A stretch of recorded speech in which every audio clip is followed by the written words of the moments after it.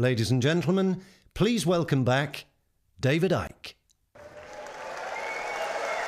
Thank you. Thank you. Oh. Thank you. I got a present. Okay. So the next section is how that knowledge we looked at before is used to create this Orwellian state that's unfolding. The one that makes us believe, or wants us to believe, that war is peace, freedom is slavery, and ignorance is strength. All of which is based on selling us fear. This is the basic structure that they want. I'll come to that more in a minute.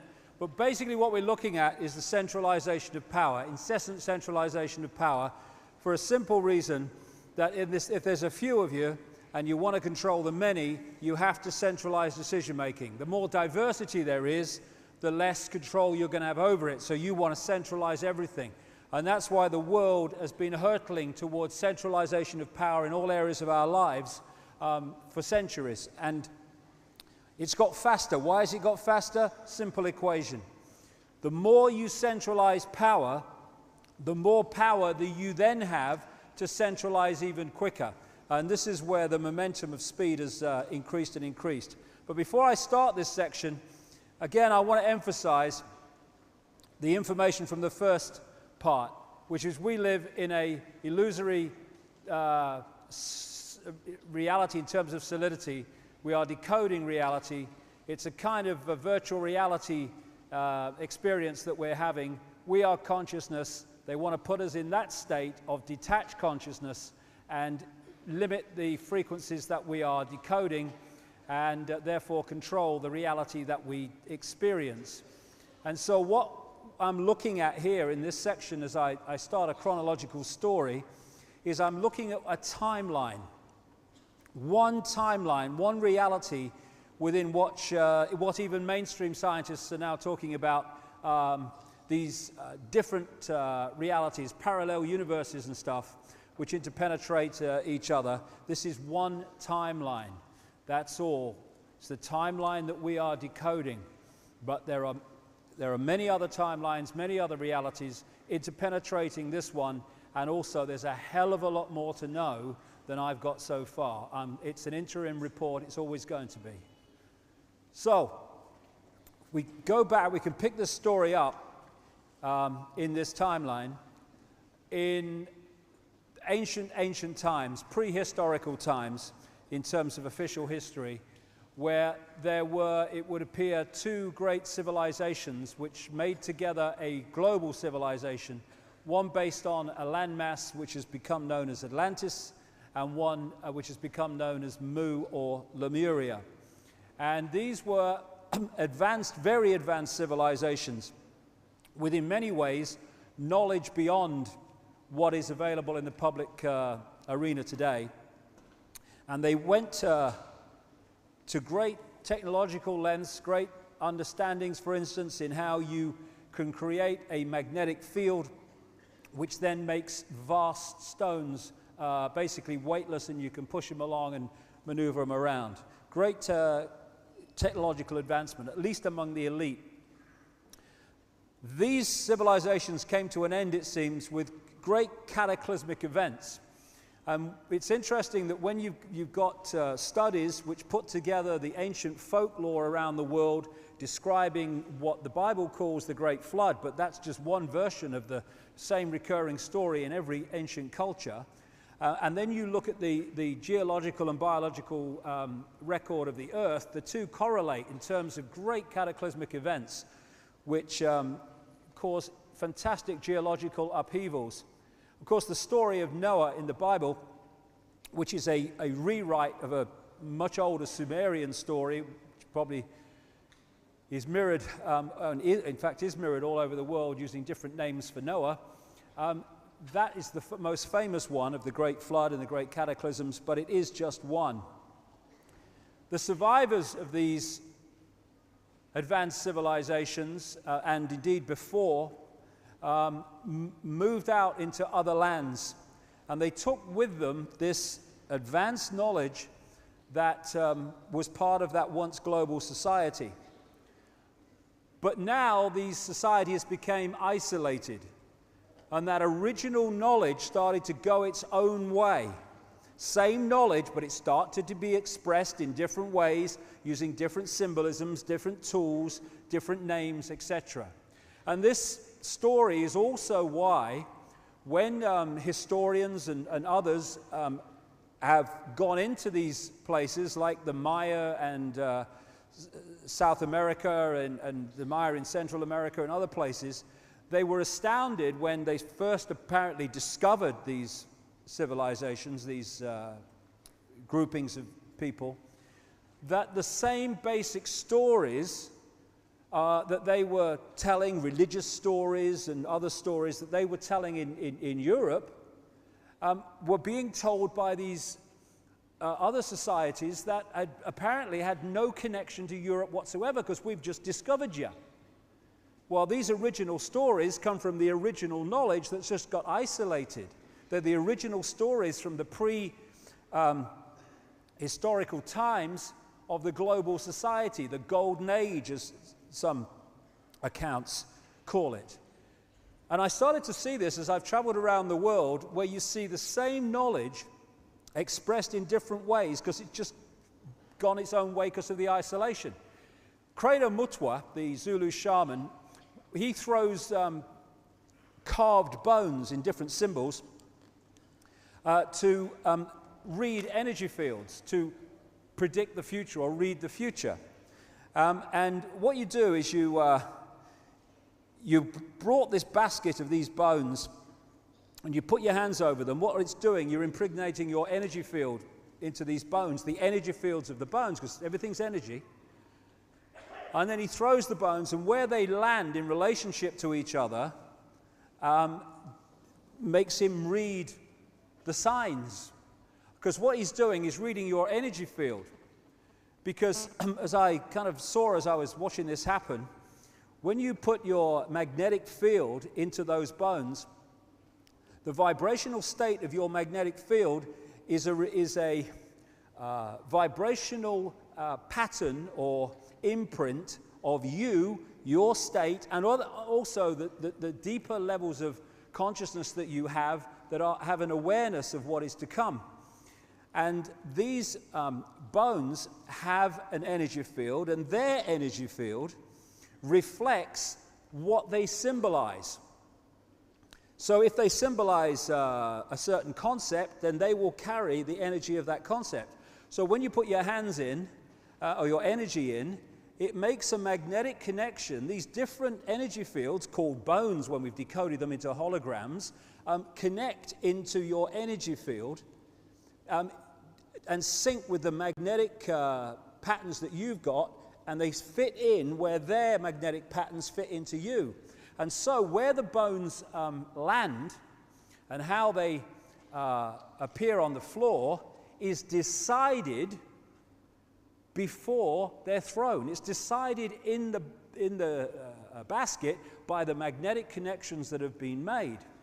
And this is also why you get the same thing with rune stones, because rune stones are just exactly the same knowledge expressed in a slightly different way. This is where tarot cards come from. Why do you pick that card and not that one? Magnetic connection, same thing. And it's the same knowledge, that same original global knowledge.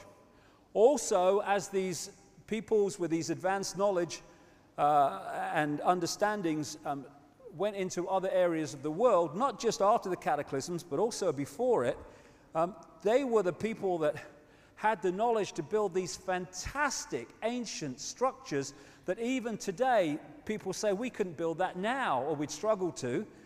How did they do it, these primitive people? Because they were working with this advanced knowledge. But history just shuts this stuff out because it doesn't fit the song sheet. In Peru, you've got, this is just one example, these stones are hundreds of tons. You couldn't get a cigarette paper between them, they're so brilliantly put together. These are the Nazca lines in Peru, in the Nazca Plains, and these depictions of animals and insects and birds that are created by scoring the top surface of the land away, they can only be seen in their entirety, some of them, at 2,000 to 3,000 feet, or in plains of considerable height, because they're so vast. Primitive people did that? No. Great knowledge did that.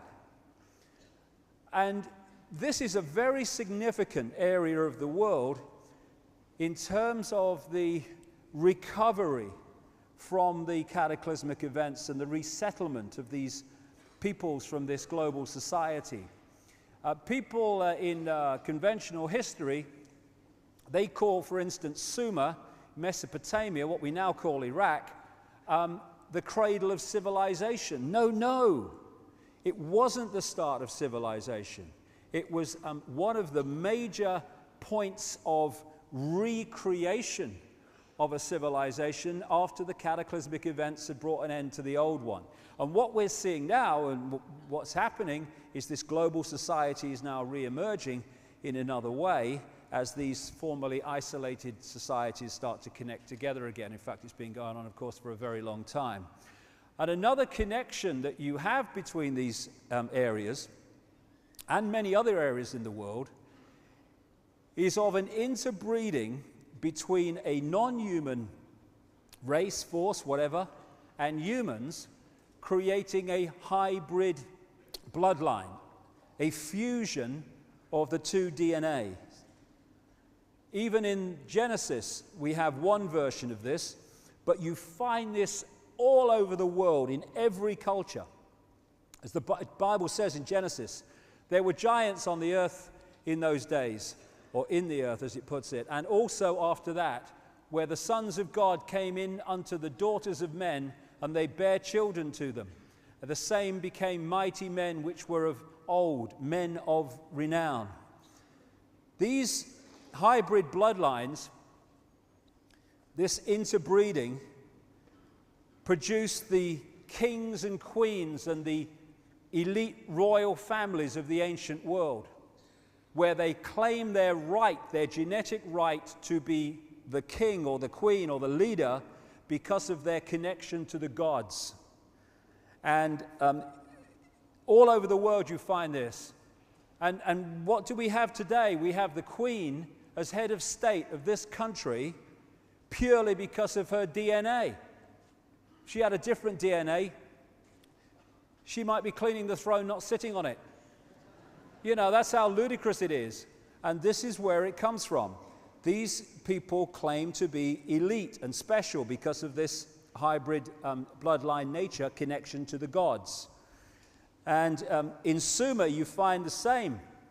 Sumer, which became Babylon, which became Iraq, has ancient texts and tablets which describe the same recurring global story of this interbreeding to create this hybrid race.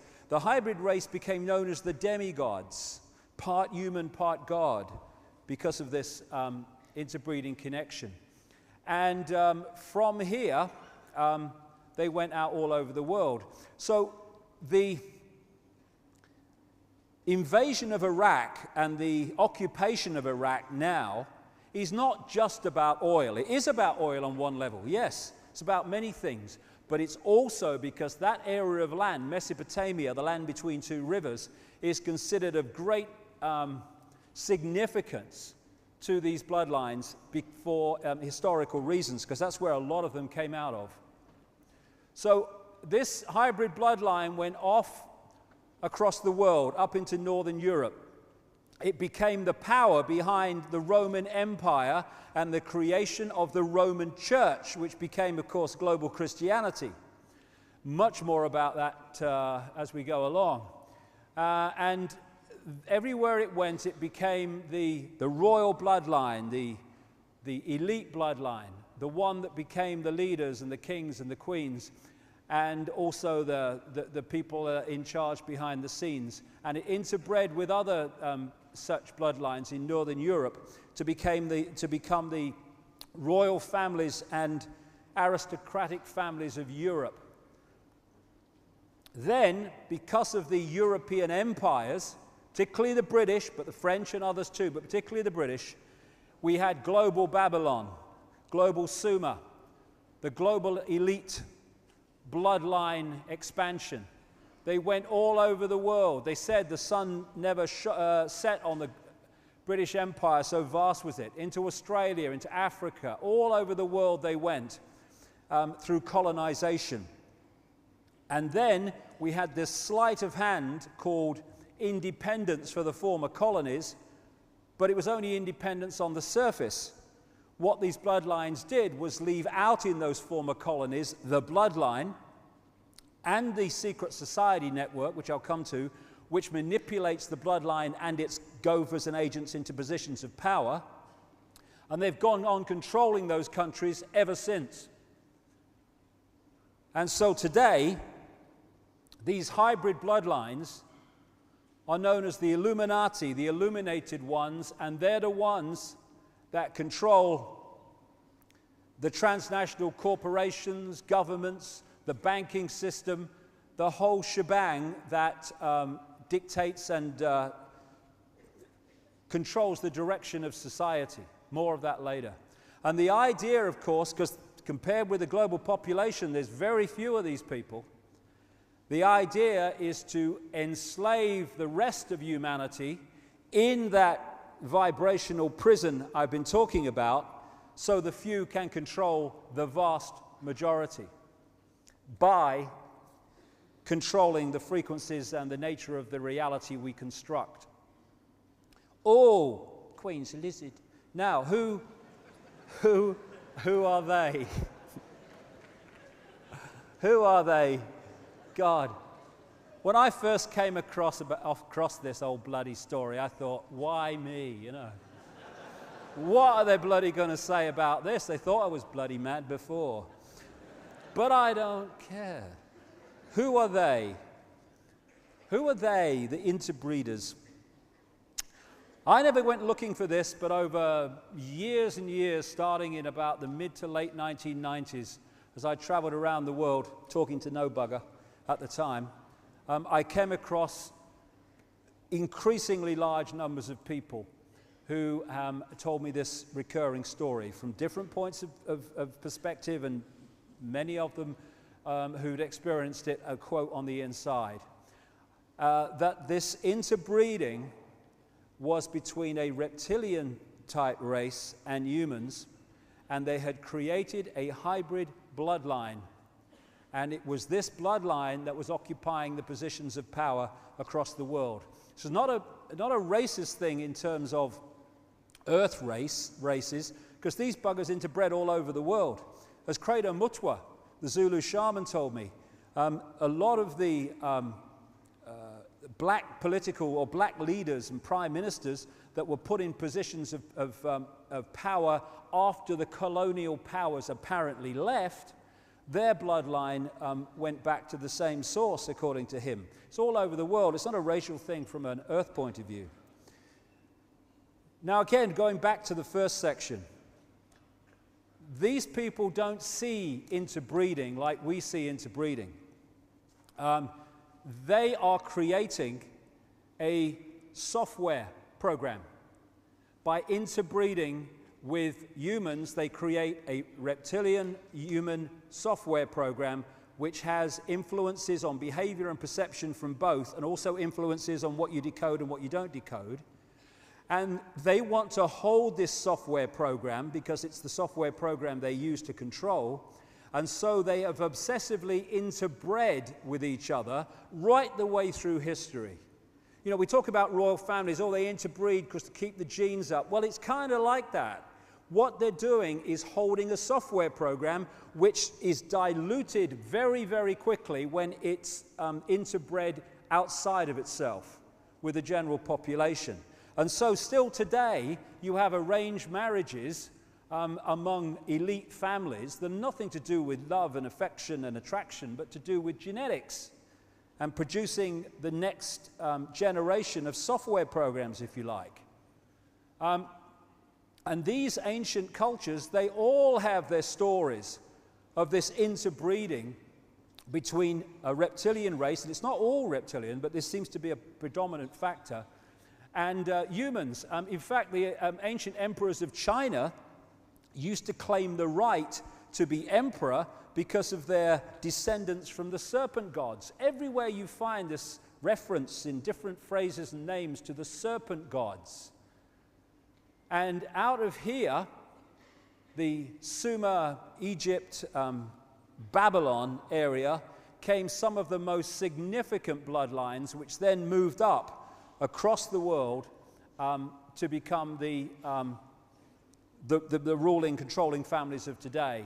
And like I say, all over the world you find the serpent symbolism, the serpent stories, and the worship of the serpent is the oldest religion. They found, I think it was last year sometime, close to the Kalahari Desert, or around the Kalahari Desert in South Africa, evidence of serpent worship 70,000 years ago.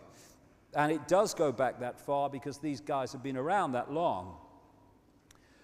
When I started coming across this, first of all, in what you might call the Western world, where I was meeting these people who'd had these experiences and come across this information, I then went to South Africa to speak, and I got contacted. This is why he contacted me originally, Credo Mutwa. And he said, how do you know about the Chitahuri? Because he just read the book, The Biggest Secret, which was the first time I introduced this. Who the hell's the Chitahuri? And it translates as the children of the serpent or the children of the python.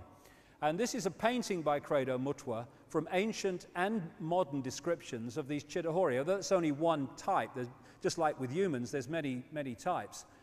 And he told me that when he was first initiated into this shamanistic knowledge, long decades and decades ago now, he learned about the Chitahuri.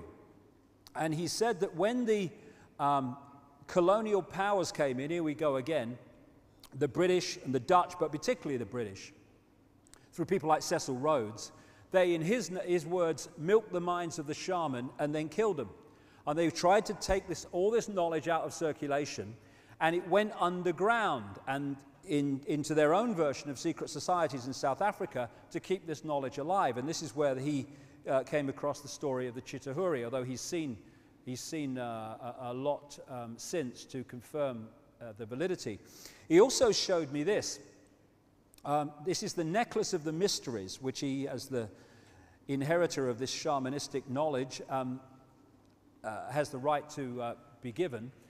And it's mentioned in accounts 500 years ago, and he reckons it's at least 1,000 years old.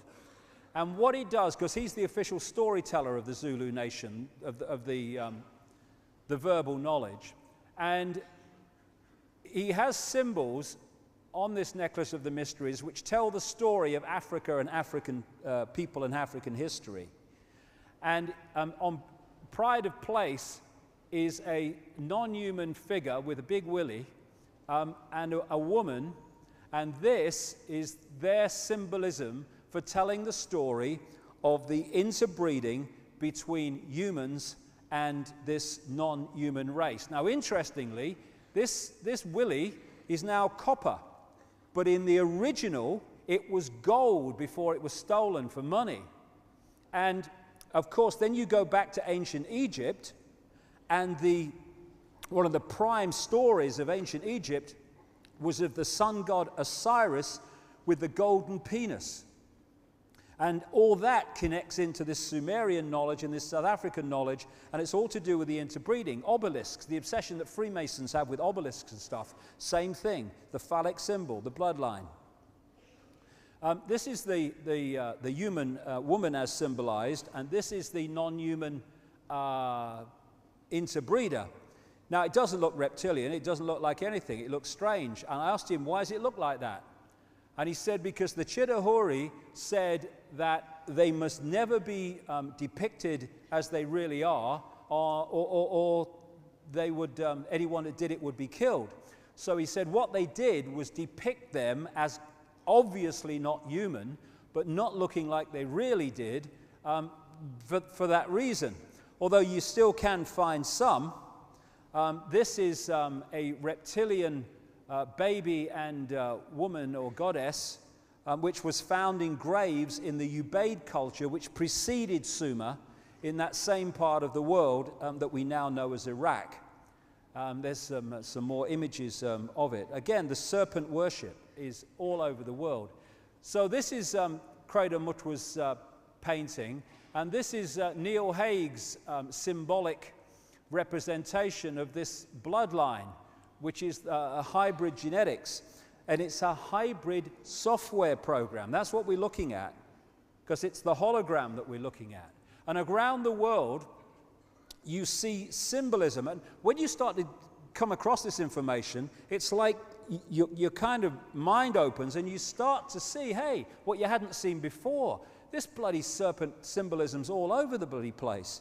And you find the symbolism of the connection between human women and this reptilian race. You see the symbolism of part man, part reptile, part human, part not human. Again, there's another one. These from different parts of the world. You see a lot of symbolism in stories of humans battling the snake, same thing. And of course, in the Garden of Eden, which is a story that's told in different ways all around the world, you have the serpent. And I was on a Christian radio station a few weeks ago, and they were going on about this reptilian thing. And I said, well, hold on a second.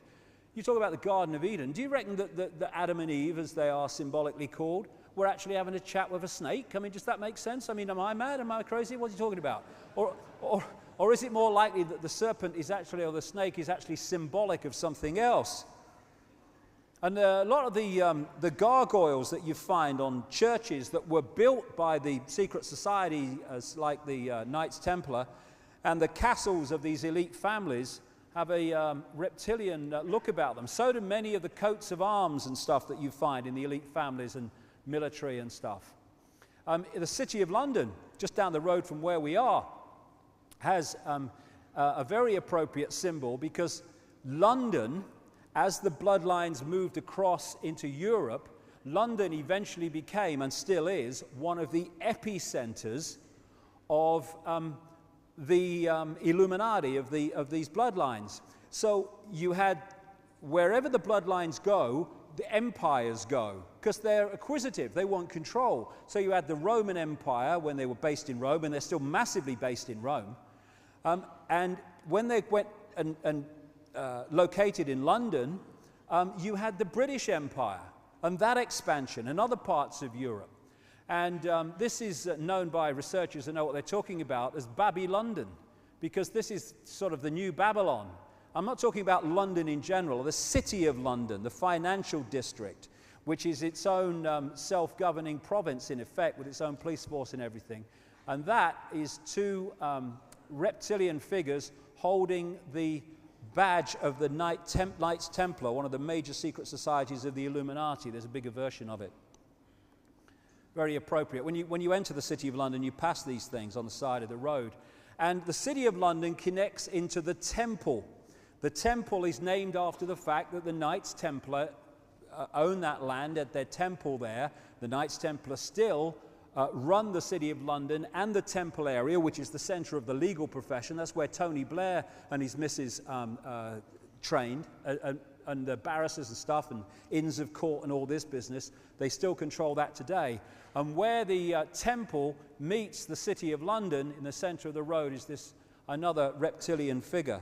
Just a coincidence, nothing to worry about. So what you have all over the world is this recurring theme, which only when you kind of open your mind to this, you start to say, bloody hell, it's everywhere, of the dragon and the reptilian imagery. I mean, in the East, in places like Japan and China, where there was also massive interbreeding in China with these entities, it seems, you have the dragon at the very heart of the culture. The Messiah, the word Messiah, it seems, comes from Mesa, which is the Nile crocodile, because the pharaohs were anointed with the fat of a Nile crocodile as part of the coronation. And it also breaks down as anointed one, which is what the word Christ means, anointed one. All these things interconnect in the end, as we'll see as we go along. Even biblical references to the devil have a reptilian serpent imagery about them. This is from Revelation.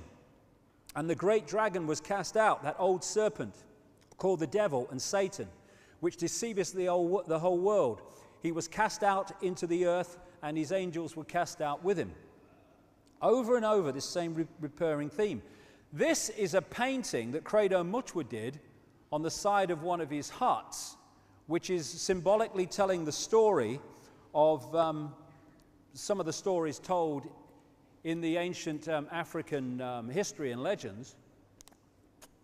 And where do I find this again but on the logo of Alfa Romeo? Extraordinary. And on the other side of Alfa Romeo, you have the red cross on the white background of the Knights Templar, the very elite secret society within the Illuminati bloodline network. Silvio Berlusconi, who's just got back into the leadership in Italy, has in his garden that same imagery of the serpent with a human in his body. And he's a major secret society operative, he is. He was in the famous infamous P2 Freemasonry Lodge that came to light in the late 70s and led to the guy, Roberto Calvi, the banker connected to P2, being hung under Blackfriars Bridge just down the road from here.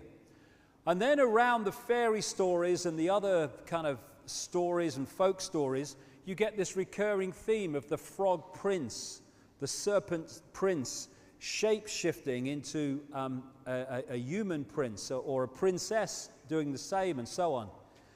It's remarkable how consistent it is all over the world. And today you've got children's books and stuff which are talking about reptilian morphing into humans and stuff, and what we call shape-shifting. Now, of course, when you're talking about this for the first time, about shape-shifting, I mean, people go, crikey, what is he on? Because understandably, what they're perceiving is a solid body changing into a solid body. Not possible, mate. Yeah, no, I agree with you, but I ain't saying that. Because there is no physical, therefore there's not a shape shift from a physical solid body to another solid body. The Queen is a hologram, like we're all holograms.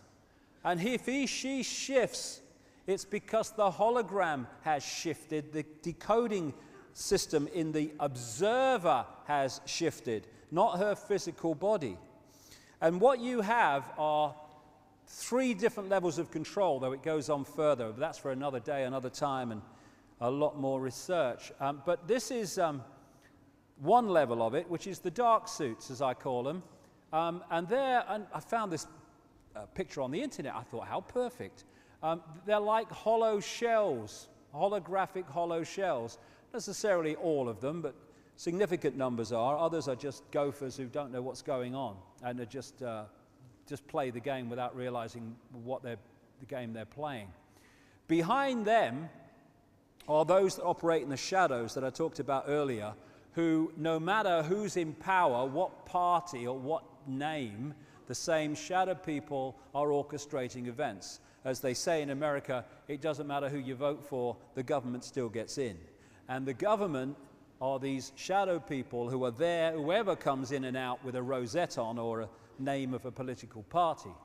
And then you go one step back and you go out of this dimension, basically, or more accurately, you go out of the frequency range called visible light that we can decode and therefore see as a physical experience.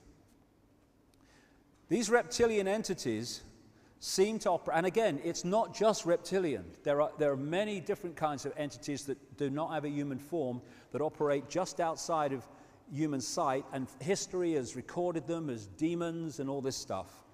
But the reptilian part of it seems to be very significant to the controlling systems on the planet today. And they operate just outside of visible light. Therefore, we don't see them in the normal course of events. That's just basically like a ghost.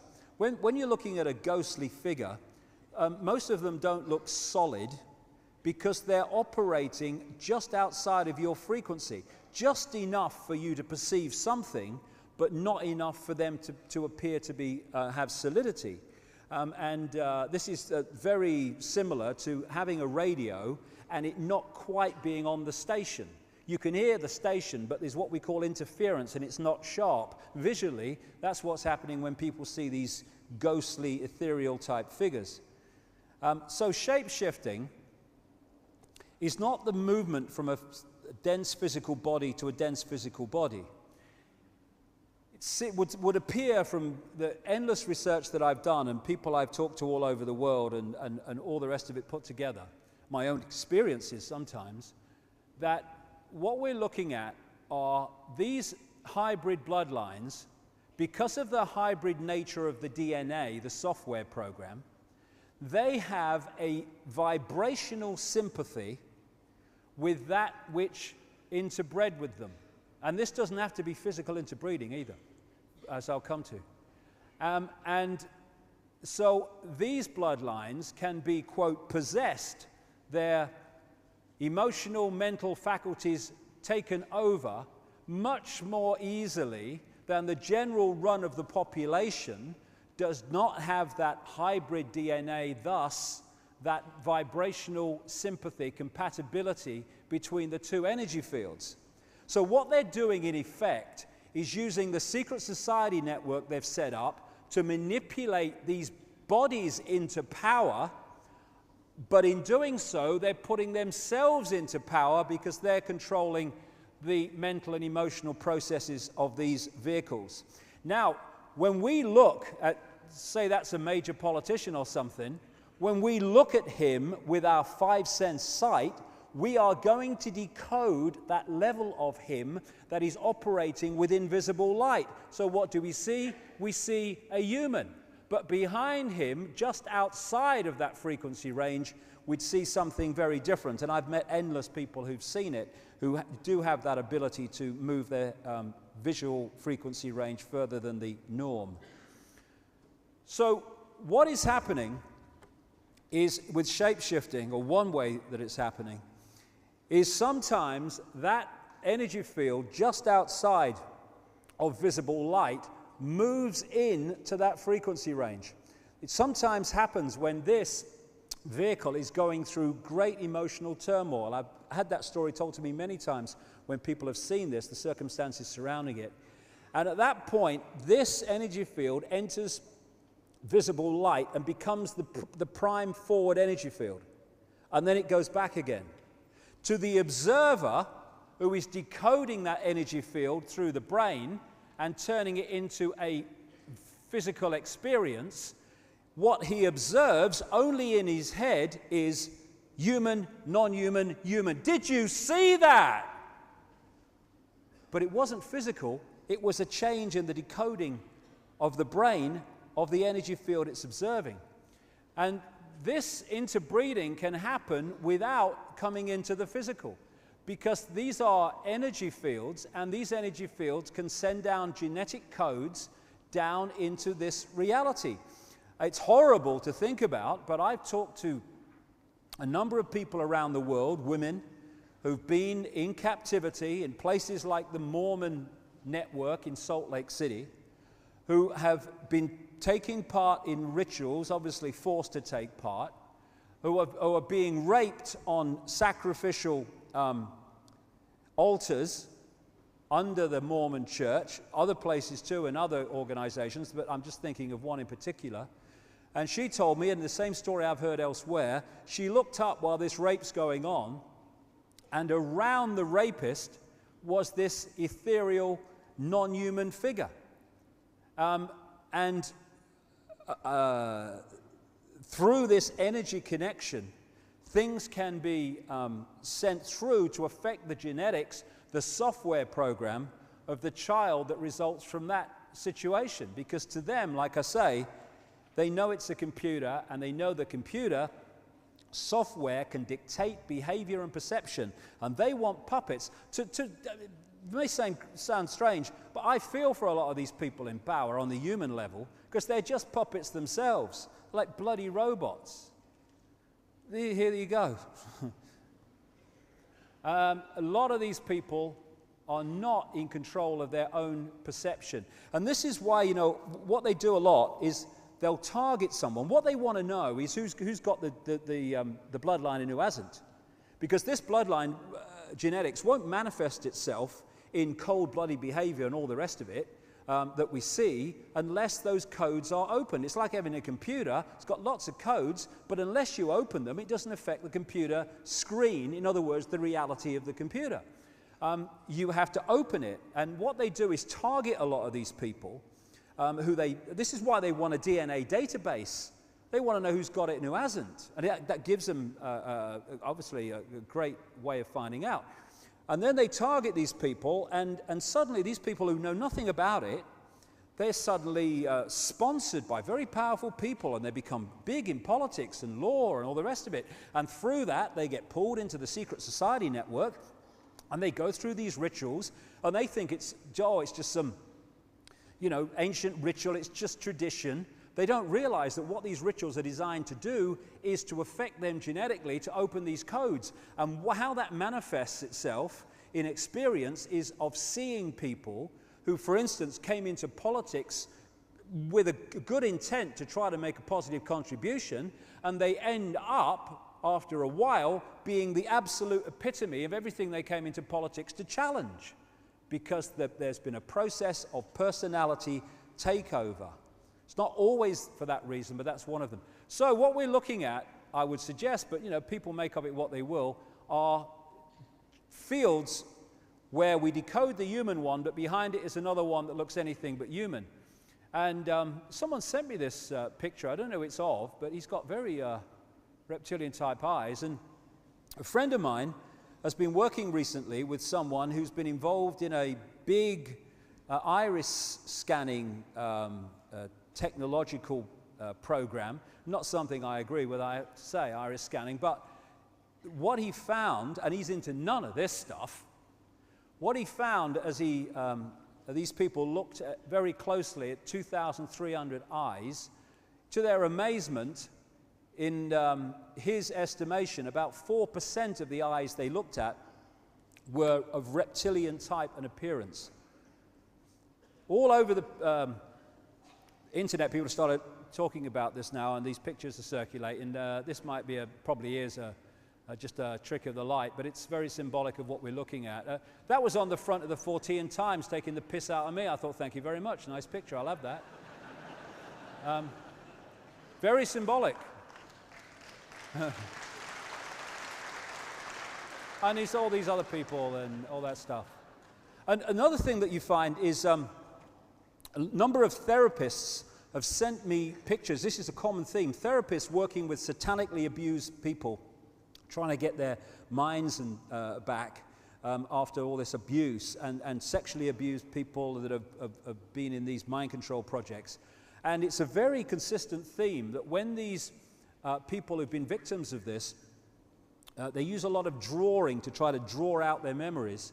Again and again, what they draw are people with reptilian eyes. These are actually drawn by a satanically abused person, and these were sent to me with their permission by their therapist.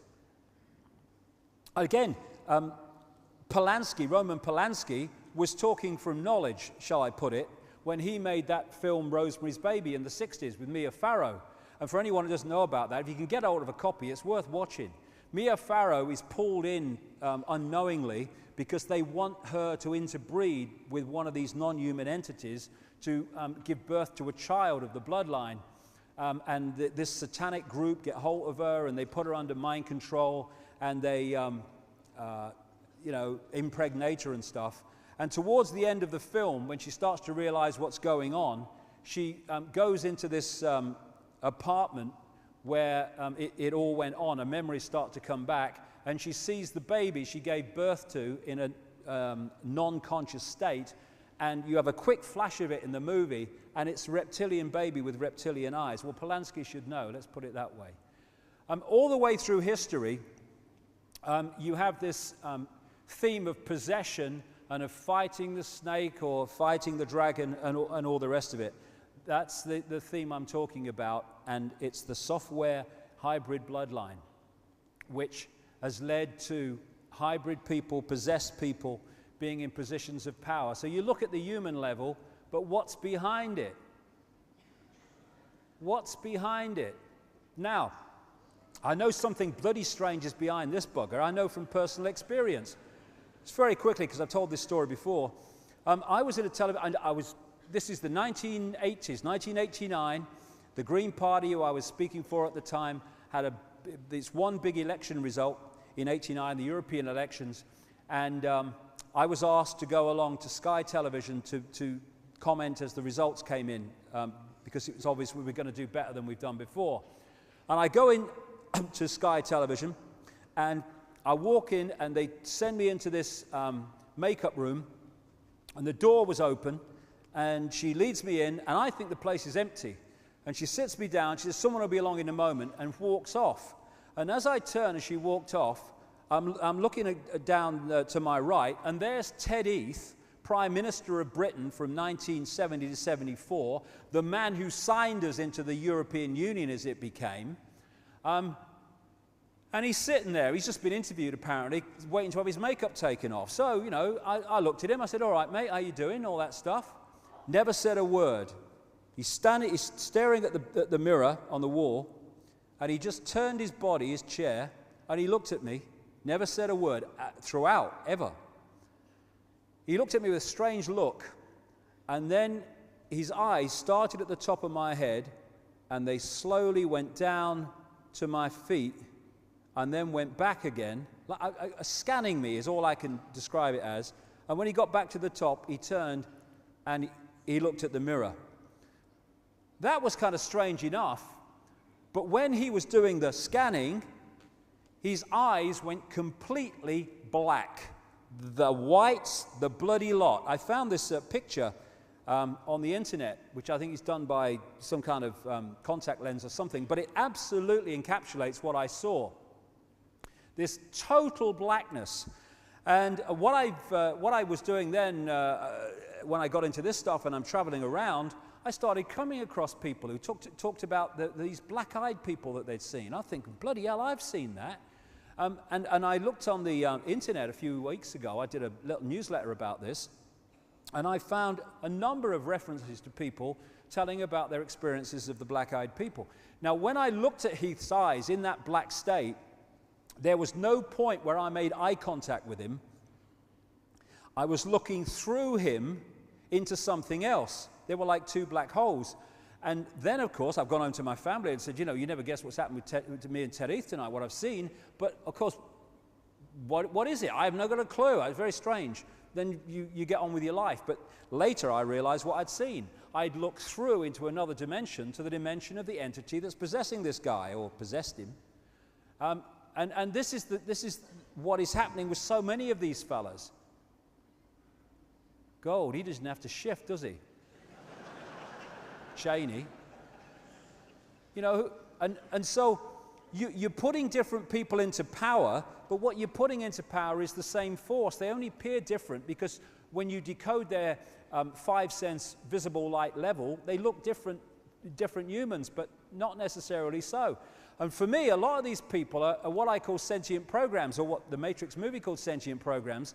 Because this is a digital construct on one level, digital people can be put into this construct and appear to be just as real and normal as us, because it's just another hologram. It's just from a different source. So the woman in the red dress in the Matrix movie, which they put into a computer program, and she looked like anyone else, as if she was just a normal person in the street. I think those people exist, the more that I understand this. And some of these people could be them. The more that I look at this, there seems to be three types of people. There's the sentient programs, which are basically software programs playing out their program. And we're not talking about a PC on the desk computer software. We're talking about one that can interact and react and think for itself up to a point. Much more sophisticated.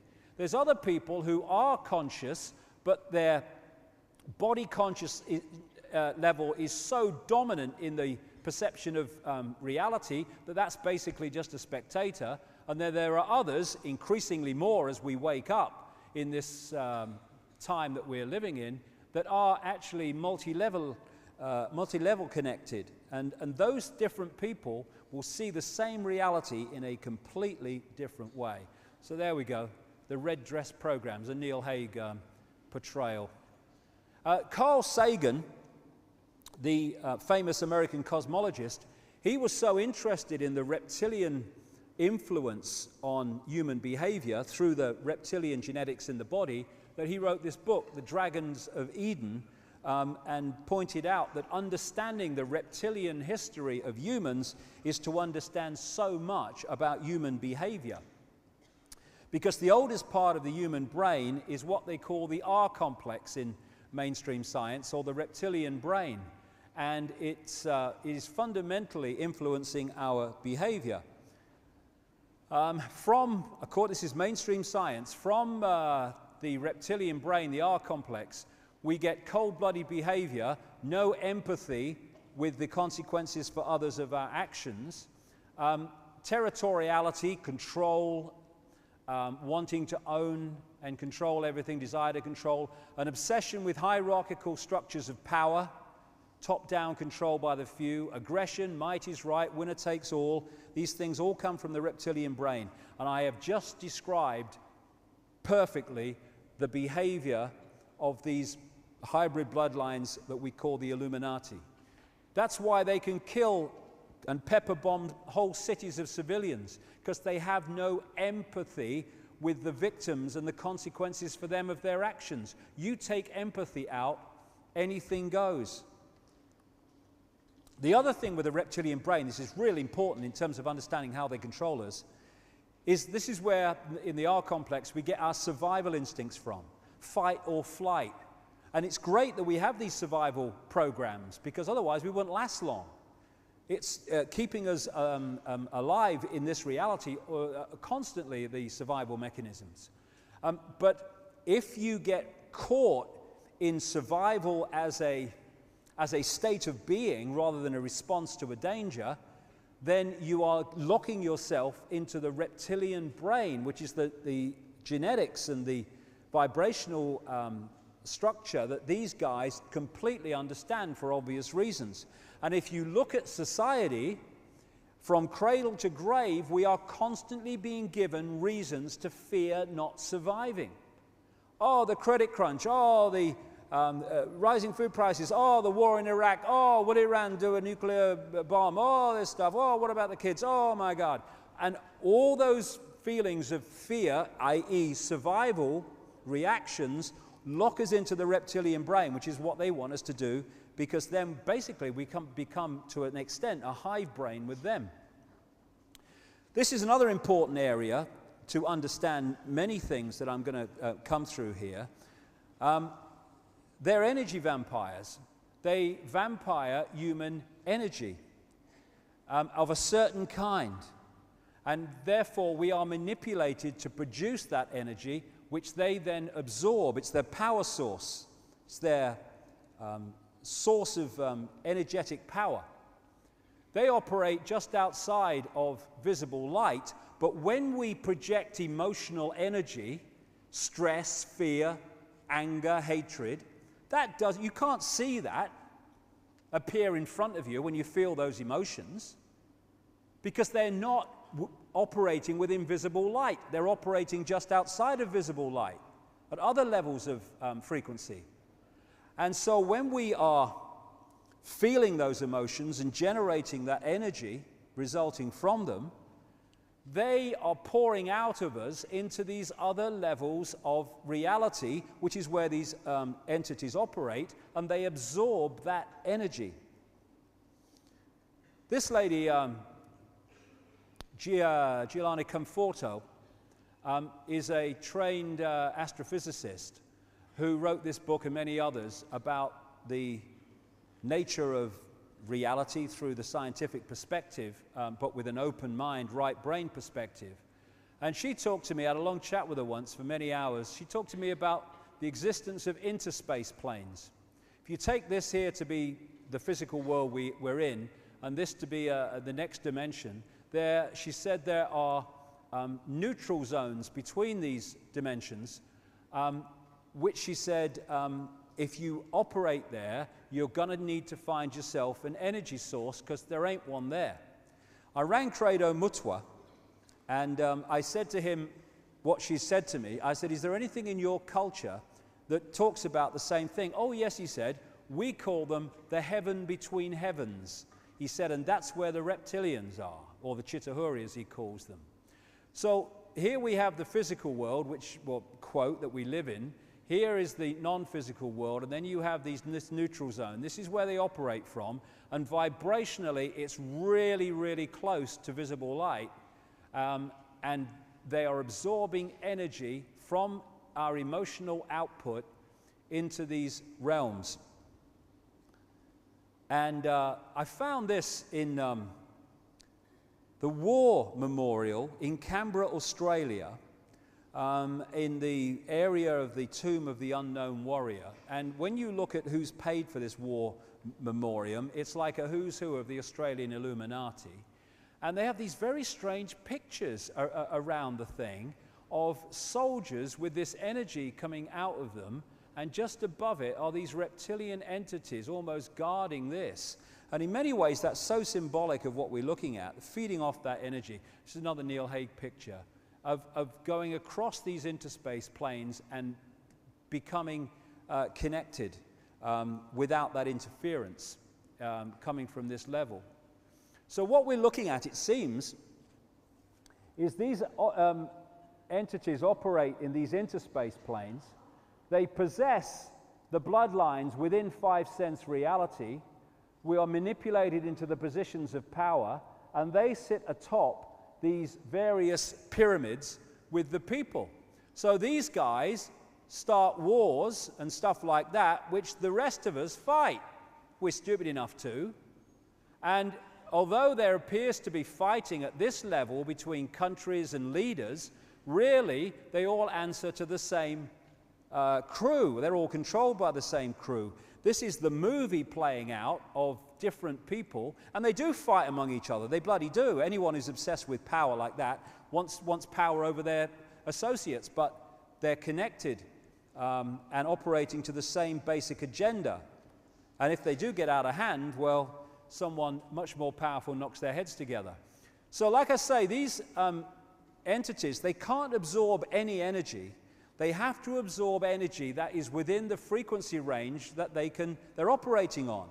And they're operating on such a low band of reality and vibration that they can only absorb low vibrational energy, which we give them through low vibrational emotional output, hate, fear, stress, all these things.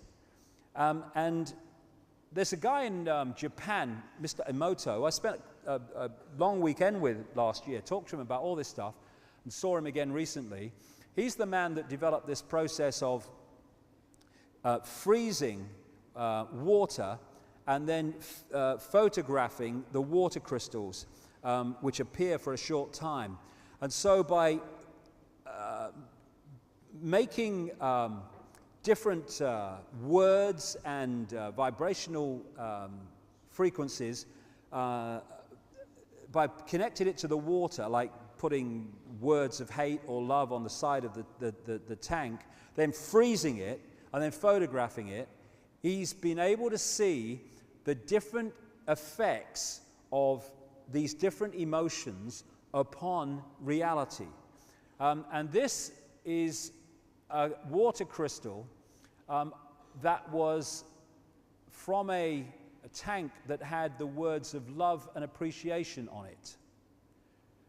This is one that had the words hate all over it.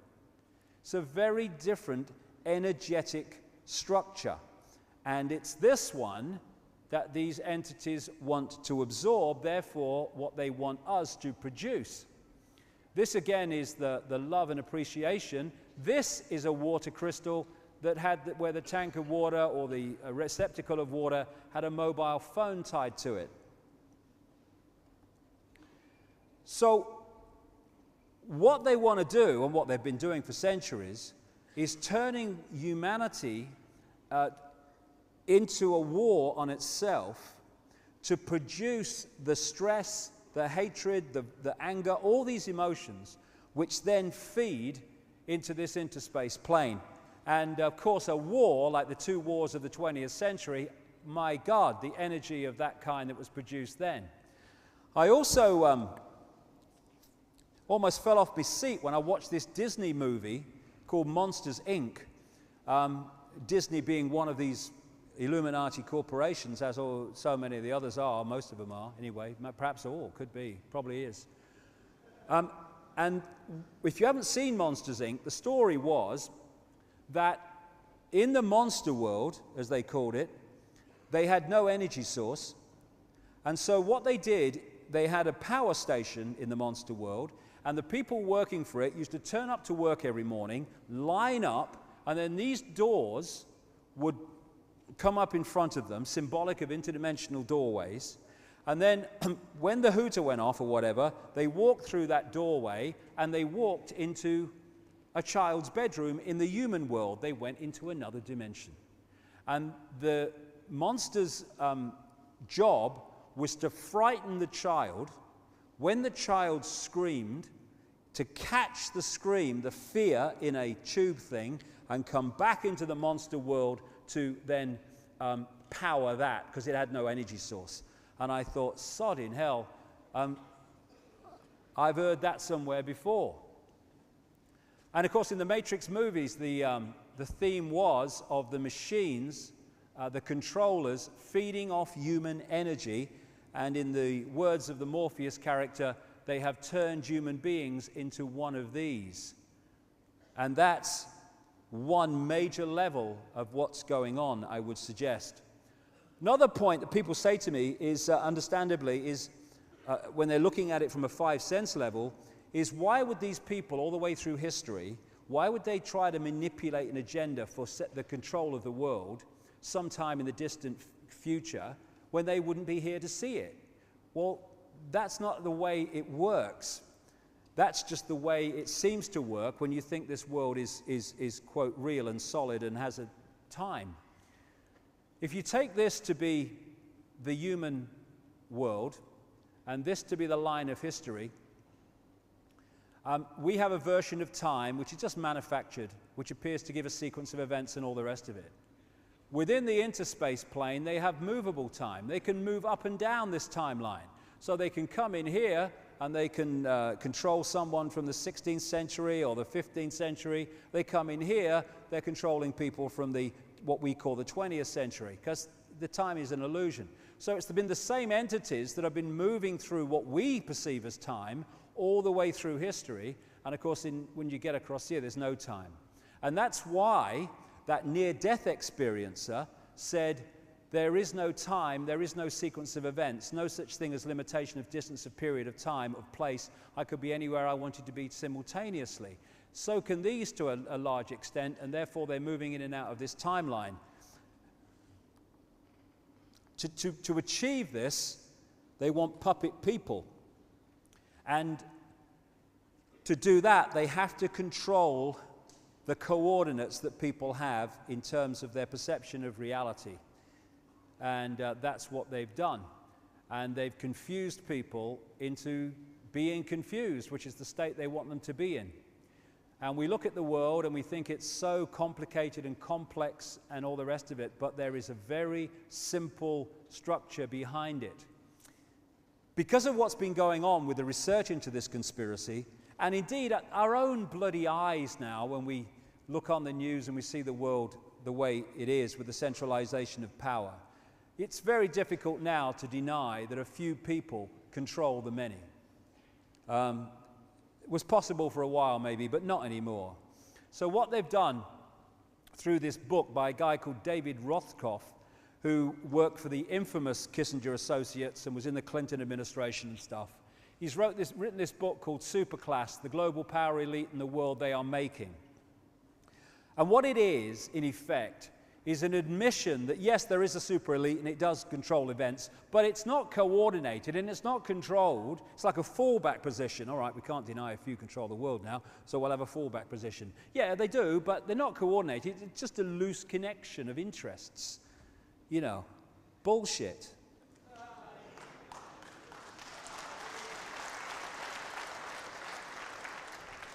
In fact, it's coldly calculated and it's very, very simply constructed.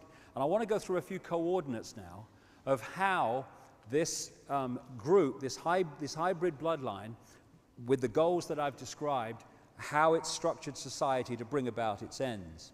First of all, how can a few control the world? Well, pyramid power, in more ways than one. But this sort of pyramid I'm talking about now. Most organizations today, in fact, nearly virtually all of them, are structured as pyramids. You've got the few at the top. They're the people that know the real game, what the organization's there for, its real agenda, what it's really trying to achieve. As you come down through the organization, you're meeting more and more and more people in the organization, but every time you drop a step, they know less and less and less about what the organization's really about. They only know their contribution. And the idea through history has been to structure society like this, to keep the people in general in ignorance of what they know. That's why this advanced knowledge has been passed over through the highest levels of the secret society network and been sucked out of the general population through inquisitions and ridicule and condemnation and all the rest of it. But every organization is structured like that. So the vast majority of people who are daily making a contribution to creating this Orwellian state have no idea they're doing so, or at least no idea what the end goal is and who's really behind it. This is Albert Pike, a Freemasonic god in America, and from the last century, or the 1800s actually. We're 21st century now, aren't we? What day is it? What planet am I on? And he wrote this: "Fictions are necessary to the people, and the truth becomes deadly to those who are not strong enough to contemplate it in all its brilliance. In fact, what can there be in common between the vile multitude," that's us, "and sublime wisdom?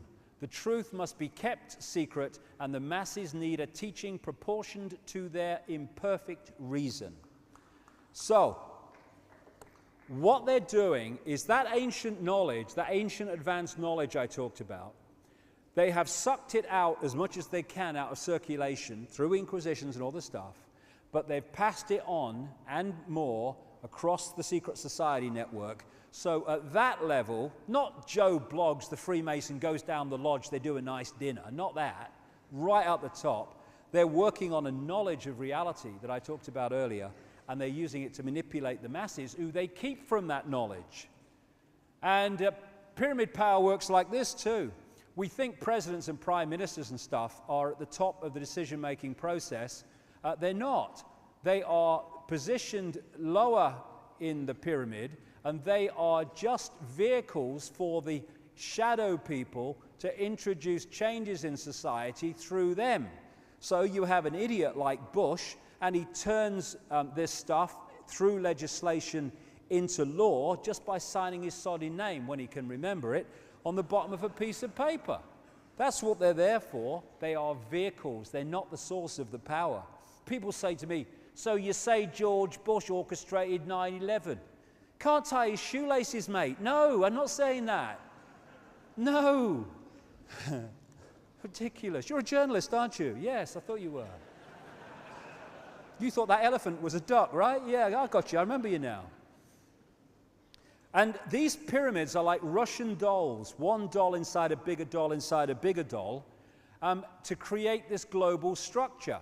So all these pyramids of the banking system, the transnational corporations, they're pyramids in themselves, like banks. They go into bigger pyramids and bigger pyramids until there's one that encompasses the whole of the banking system, one that controls all the transnational corporations, the political parties, the major parties at least that have any chance of forming a government, the media at ownership level, the religions, bloody come to that soon. The intelligence agencies at that level are the same agency.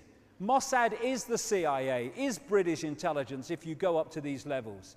Same with the drug cartel, etc. And so up here, you have these bloodline families who are sending down these pyramids, all roads lead to them, the same agenda. And the basis of it is the constant centralization of power and imposition of will of the authorities on the people. And that's why it's happening across all these apparently unconnected areas of society, because they're not unconnected. What you have is one force operating through different sides in the movie. And while we think there are different sides as we experience the movie in visible light reality, we get confused. I mean, he's on that side, and he's fighting him, and he's against him, and he's against her. But in fact, they're controlled by the same people. And you know, if you go into a football match and you control not one side to influence the football match, you control both sides, you know what the score's going to be before the teams go on the field.